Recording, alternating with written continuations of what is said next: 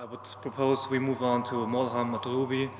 He is from the Syrian Muslim Brotherhood, the Executive Committee, and we will hear, thank you, Kamal, we will hear the perception of the Muslim Brotherhood in the Syrian revolution. So thank you very much for being here with us, and I will power up the beamer. Thanks.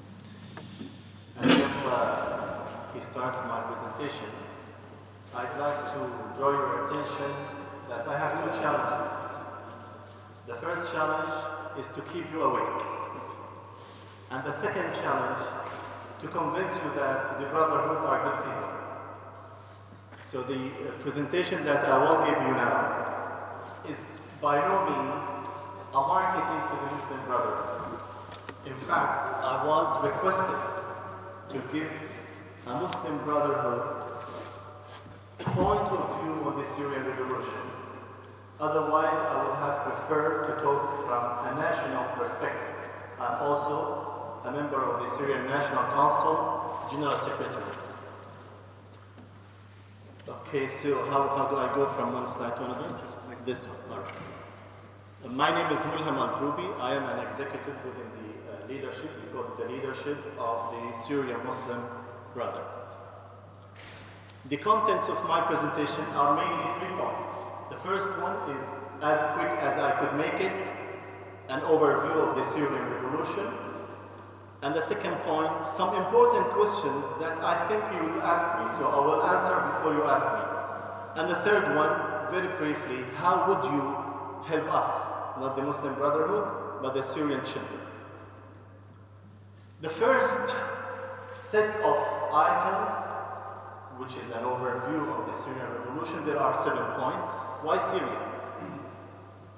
Then how did the Syrian revolution start? My colleagues, Walid and Kamal, they touched on that. And then from our perspective, what are the phases of the Syrian revolution? There are 4 phases, in our opinion. And then, what was and what is and what will be the role of the Muslim Brotherhood in the Syrian revolution? And the 5th one, where is the revolution now? Where do we stand? What are the challenges?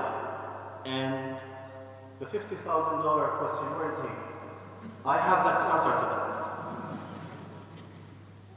Why Syria? Syria and the Syrian revolution, because we love democracy as much as you do.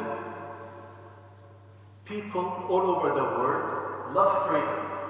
Freedom is not only for the West, it's for the East, it's for the Middle East, it's for everybody. So the Syrians, after decades of oppression by Assad, the father and the son, they decided that they have a chance to go peacefully and ask and demand for the rights for freedom and democracy. That's mainly why the revolution started. The second reason, Syria has very unique geopolitical location. The neighboring countries, it's a bridge between Europe and the East. And the third reason, because we have a natural gas deposit in the Mediterranean Sea.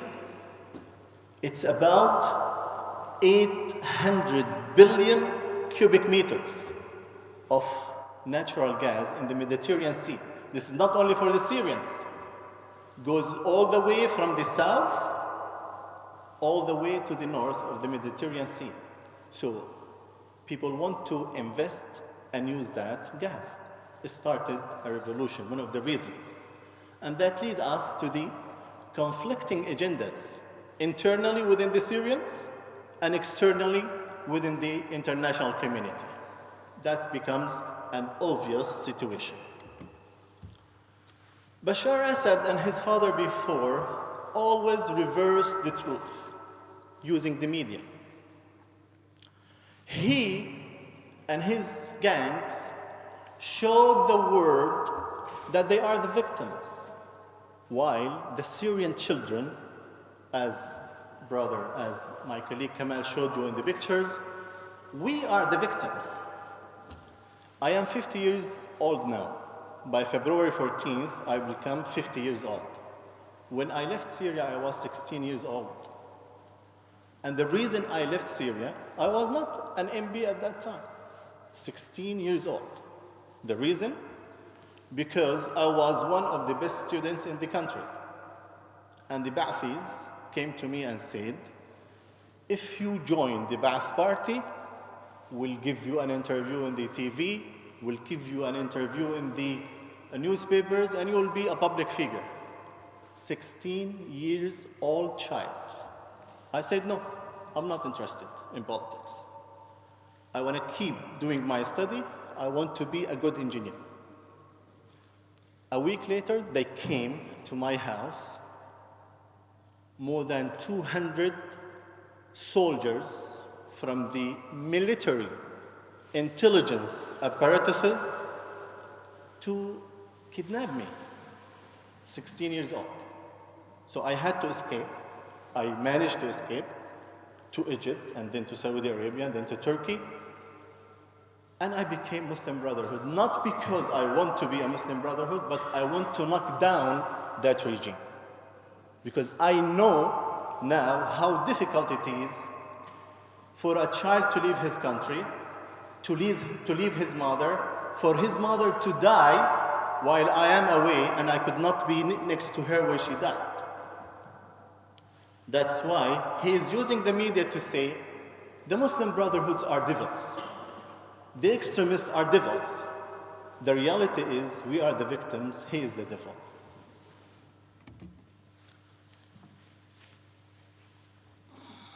When the revolution started, everyone was taken by surprise, including myself, including all the Muslim Brotherhood leadership. We were in a meeting in January 10th, 2010, the Muslim Brotherhood leadership, and we were discussing, do you think there will be a revolution in Syria? Muslim Brotherhood executives. No one had a clue. They asked me, the leadership, to write something about what we can do, how can we manage if such a revolution started in Syria. So I wrote 5 pages on what we should do. So no one can claim, it is recorded now, no one claims, including the Muslim Brotherhood, that the revolution is started by him or her, or them. The revolution started by children, 10 years old children in Daraa, writing on the walls, it's time for you to go, Bashar. They captured him, they cut their hands and their fingers, and they requested their fathers to come and say, your children are gone. If you want more children, go sleep with your wives and get new children. And if you cannot make it, bring your wives here, we'll do it for you. Daraa people are very Arab. They have very high dignity of themselves. They said, okay. They went back home, and the peaceful demonstration started. From Daraa, peaceful demonstration started from Daraa. They were shot at by live bullets. And this is how it erupted. It lasted for a year, peacefully. People were shot at on the streets. We were losing 10, 20 every day. For a year, we were patient, saying no violence.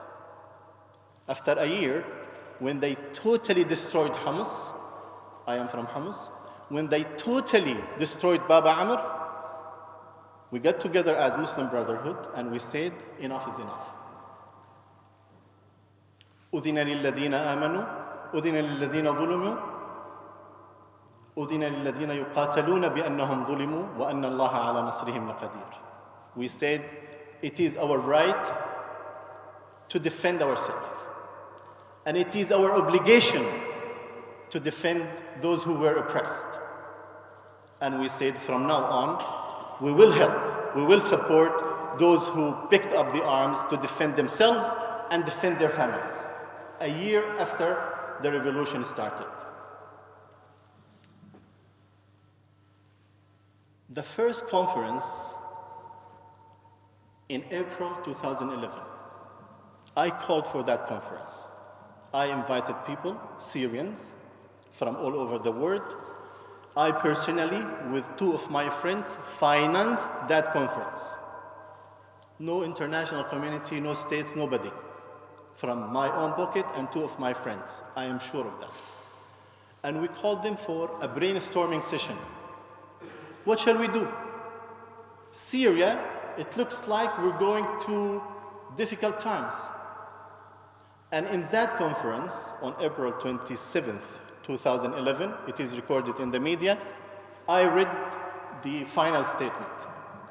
And among the 9 points that we mentioned, we told Bashar, go do a reform.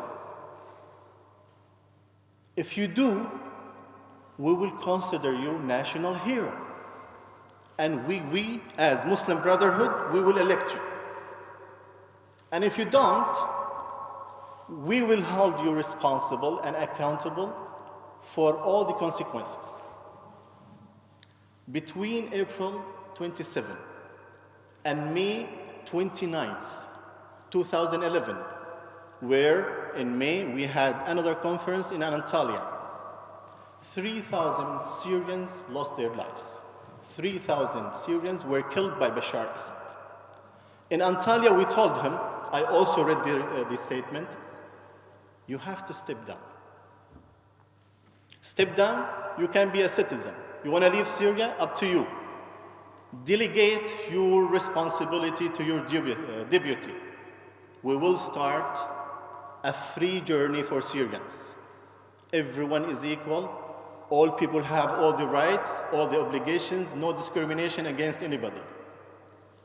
No answer. He continued in killing, and so on.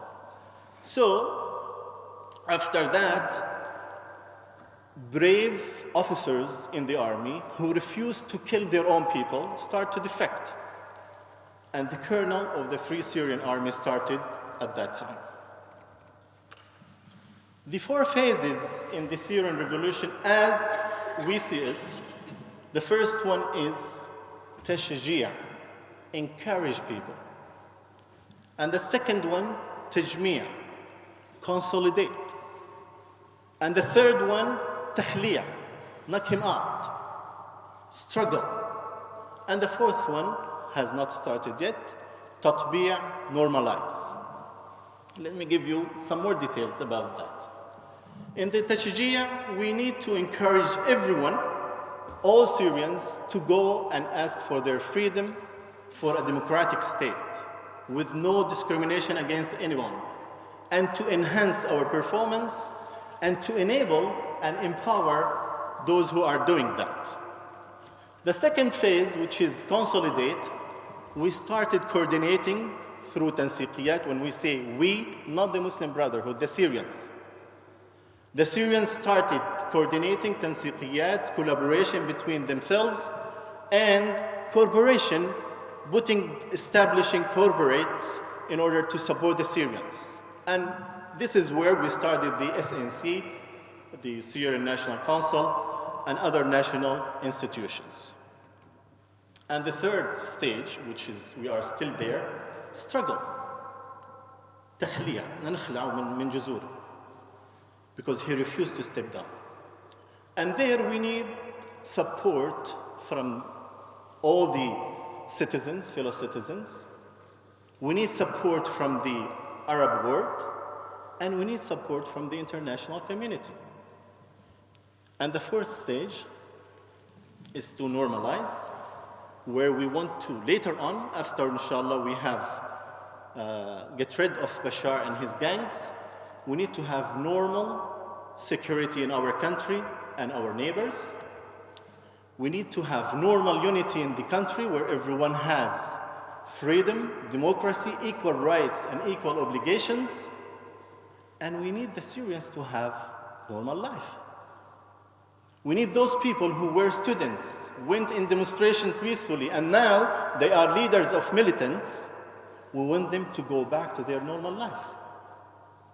And finally, we need and we want to normalize our relationship with each other in Syria and our neighbors as well. This is showing how the mechanic is working: encourage, consolidate, and corroborate. Those will lead, these three things will lead to the fourth phase, that is the normalization after Bashar Assad is in prison. What is our role in the Muslim Brotherhood in this revolution? The revolution in Syria is not, put like underline, not a brotherhood revolution. The revolution in Syria is not an Islamic revolution. The revolution in Syria is not an Arabic revolution. Where is Walid, the Kurdi brother? No, not you, other Walid from the Kurds. He was here around. It's not Arab. It's for all Syrians, Arab, Turkmen, Kurds, Ashuris, everybody. The revolution in Syria is truly Syrian revolution for all Syrians, and all Syrians have contributed to it. We, the Muslim Brotherhood, are only one of them. We are in the revolution. We contributed to the revolution like any other Syrians. To re-emphasize our priorities in the Muslim Brotherhood, in our strategies, in our plans, the priorities are as follows. Number one, Syria. Number two, the opposition unity. Number three is the Muslim Brotherhood, of course. So when there is any conflict of interests, Syria comes first.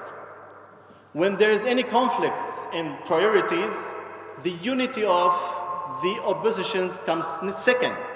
That's why we decided, and we did that many times, we took the back seats in the national institutions. Among our contribution, we were the first to call for the Istanbul on April 2011. The conference, we contributed to the national institution. I was among 5 people who established the Syrian National Council. We accepted to minimize our presence in the Atelierhaus. We'll see. We'll see later. And we also contributed to the Free Syrian Army. We have one of the ministers in the interim government, and we keep contributing to any workshops that talks about Syria. Wherever that workshop is, any one of us, if he or she is invited for a workshop about Syria, we fly there, we go there, because we feel it is our obligation to do so. We supported financially and contributed to a workshop in Cairo in August 2011 for anti-sectarian worship tajreem al-Ta'ifiyya. And in there also we issued, together with our fellow citizens from Christianity, from Kurds, from Druze, from Alawite, a statement saying sectarian is a crime. To provoke sectarianism is a crime. The statement is on the YouTube. You can search Ta'ifiyya Molham al-Droubi. You can hear that statement. And also, we supported all Syrians asking for help, any type of help, from equal distance. Now, some people might claim this is not true. It is true. And if you want proofs, I can give you names where you can go and benchmark with them. Plans. Well, plans are never executed as planned to. You feel that you're gonna go for a journey, the sun is rising, you know, everything is fine, there is no challenges, there are no risks, there are no issues. When you come to the reality to execute the plans, you will find different things. And this is exactly what happened to us. Where are we now? The encouraging phase still ongoing, very critical, to keep encouraging people because people get tired. The consolidation phase still going, but it is dynamic because people, they change from one organization to another, from SNC to Atelierhaus, from Atelierhaus they resign, from this and that, so it is dynamic. We keep consolidating. And the struggle, this is where we are now, we're facing real challenges. We'll talk about it later. With the Free Syrian Army, very dynamic. We have the risks and issues with the ISIS, which is the Daesh. Daesh is a big issue, used by Bashar, used by Tehran, to put obstacles in front of the Syrian revolution, not to win. Majority of them, of those Daesh people, are young people, came from all over the world. They want to defend Syrians. Sincere, but their leadership are penetrated. Those leaderships who have been penetrated by Syrian and Iranian intelligence services, unfortunately, are sending those young people to death and to kill our own people. Very, very unpleasant situation. Geneva 2,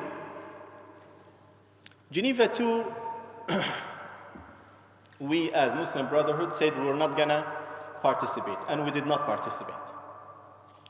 Atelierhaus, they have decided to go.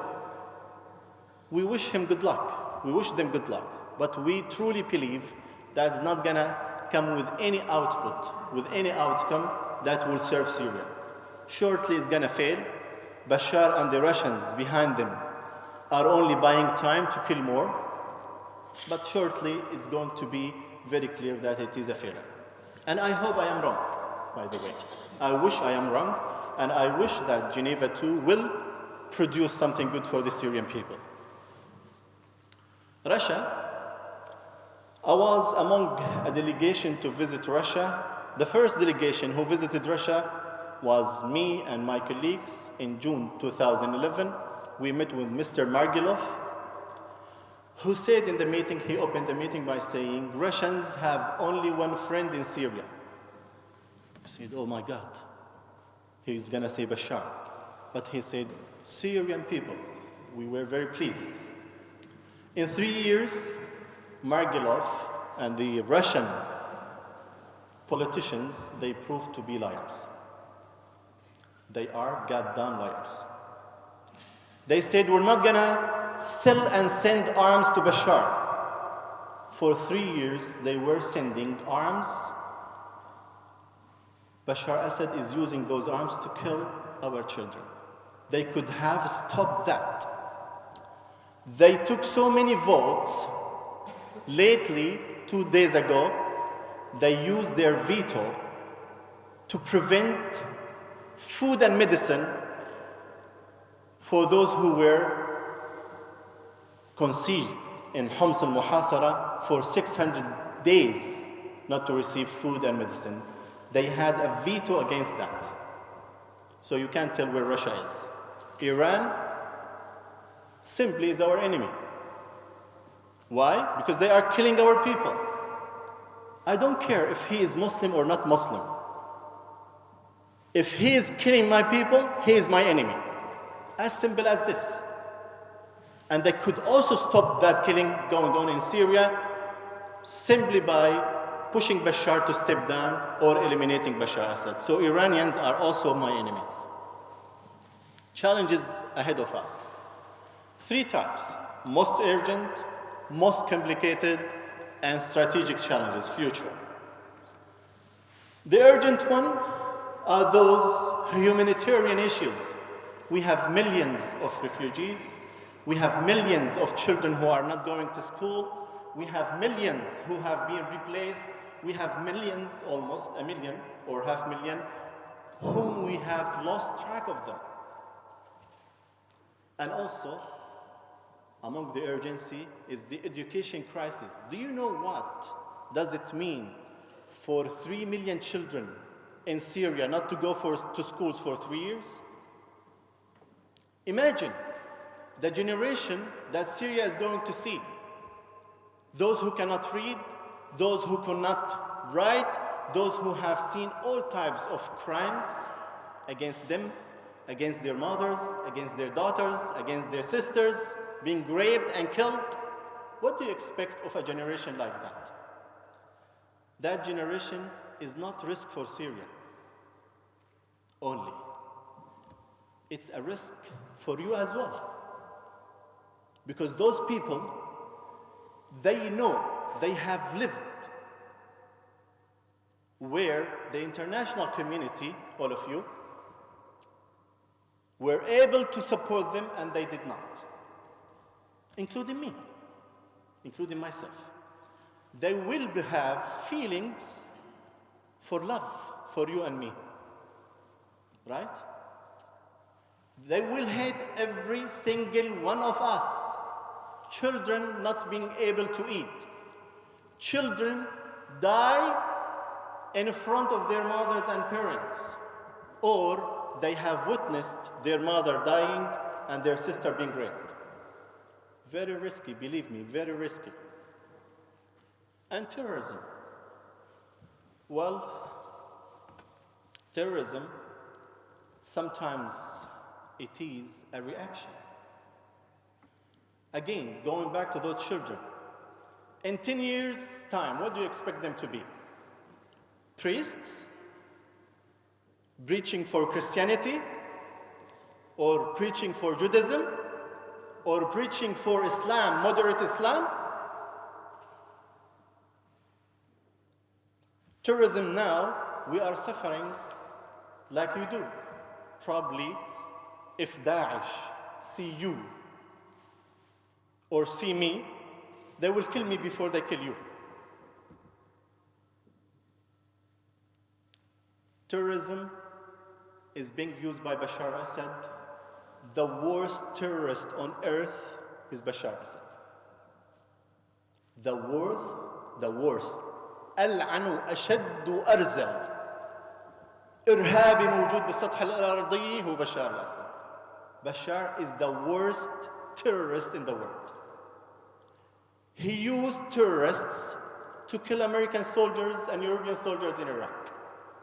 He's using the same to kill Syrians now. Some statistics. Every 12 minutes, a Syrian died. So by the moment I started my presentation, 2 Syrians had died so far. Every 30 minutes, a man dies. Every 45 minutes, a woman gets raped or dies. You can find those statistics. I don't have to waste your time.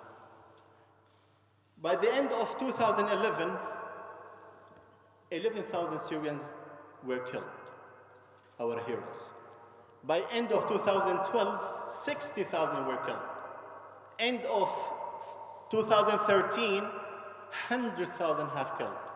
As of yesterday, 200,000 were killed. Imagine what's going to happen in 5 years' time. Massacres with cold steel by knives, يعني, بالسكاكين. There are 20 incidents like that. 2,885 human beings were slaughtered by knives, by Bashar Assad and his gangs. This is a distribution over Syrian map. The very and most complicated challenge is actually not what I have said. The most complicated challenges are the international community disunity. What so-called friends of Syria, of Syrian people, they keep telling me and us and Walid and Kamal, get united, get united. Well, you get united first. Because we are not united because of your political money. They have different agendas because every single country, they look to Syria from their national security and from their national income. National income, Russians, they have long-term contracts with Bashar al-Assad for the natural gas in the Mediterranean Sea. United States is worried about nothing but the chemical weapons. My blood has no value. My children being slaughtered, not important. National security. And also, these complicated issues and risks and challenges will lead to dysfunctional and divided Syria, unfortunately. This international community, this unity, have magic. They can make a no with a few dollars to become yes. We have tens of incidents like that. We've seen people saying no, no, no, no. And overnight, he becomes saying yes. Yo, no, this is very important. This is intelligent. This is very... We know why. We know why. Strategic challenges for future Syria. And mainly, that is the normalization phase, where post-war activities, rehabilitation need to take place. Dealing with existing officers. What are we going to do with 400,000 officers and soldiers? And similar number from the intelligence apparatuses. A challenge. Very strategic challenge. And also make national institutions really national institutions. Because now it's not. It is with the hands of certain people only. And also we need to develop the country. We need to rebuild the country. And I'd like you to take the message to everybody here that if you help us today, we're gonna look at contracts in the future to rebuild country in more positive way. Those who help us today will have an edge in the contracts to rebuild our country in the future. Education, as we mentioned earlier, and also international relations. $50,000 question. Syria, where is it going to? What is the future of Syria? The answer is unclear. Correct answer? 50,000. The future of Syria is unclear. Depends on many factors, internal and external. Internal within the Syrians and external within the international community. But mainly we have two options. There is no third option. The first one is we're gonna have a united, free, democratic country. This is what we love to have. And the second option, unfortunately, we're gonna have dysfunctional, divided country where all those components of the dysfunctional countries keep fighting.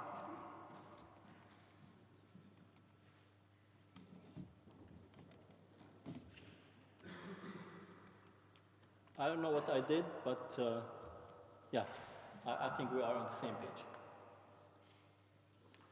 A united, free, democratic Syria can only happen in two ways.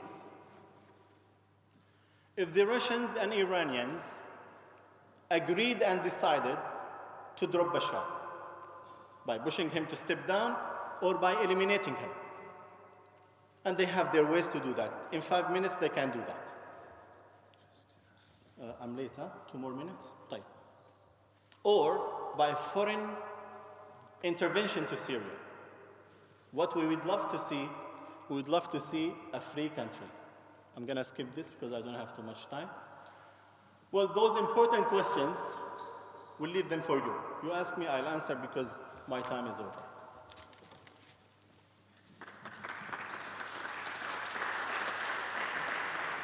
Thanks. Don't worry, your time is not over yet. But we just have to mind to watch a bit. So thank you for your very detailed and in-depth analysis and insights into the perception and the role of the Muslim Brotherhood in the Syrian revolution. Are there any questions from the audience? Please, would you like to come to the microphone or speak up?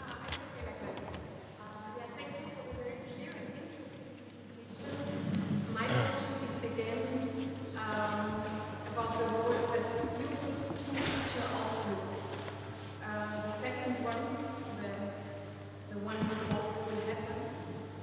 free, democratic, united country. Is for the Muslim Brotherhood the concept of autonomy, which we have been discussing, possible inside a free and democratic united country, or of the courts, of course, not conflict, or would it, or has there been a discussion process inside Kosovo, and where are you now? Thank you very much for the question. It's not because we are in a revolution, and the proof is, in 2004, we, the Muslim Brotherhood, had issued, declared, and published our vision for Syria in the future.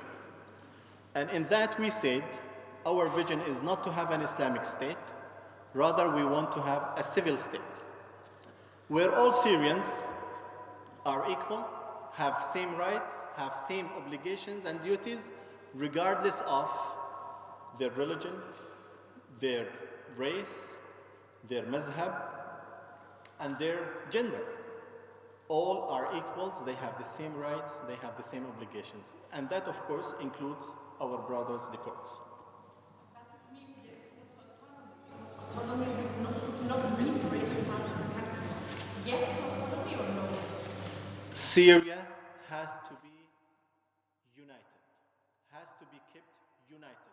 We could think of local administration, we could think of schools for minorities using their own language, we could think of having local elections, but at the national level, Syria is united.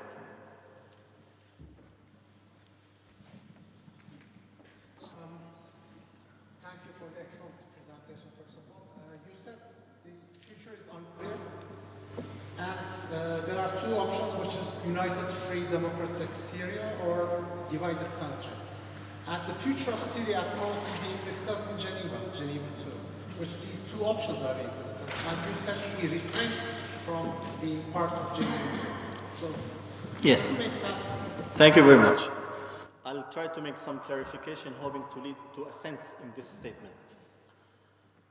Geneva is not meant to lead to a free democratic country in Syria.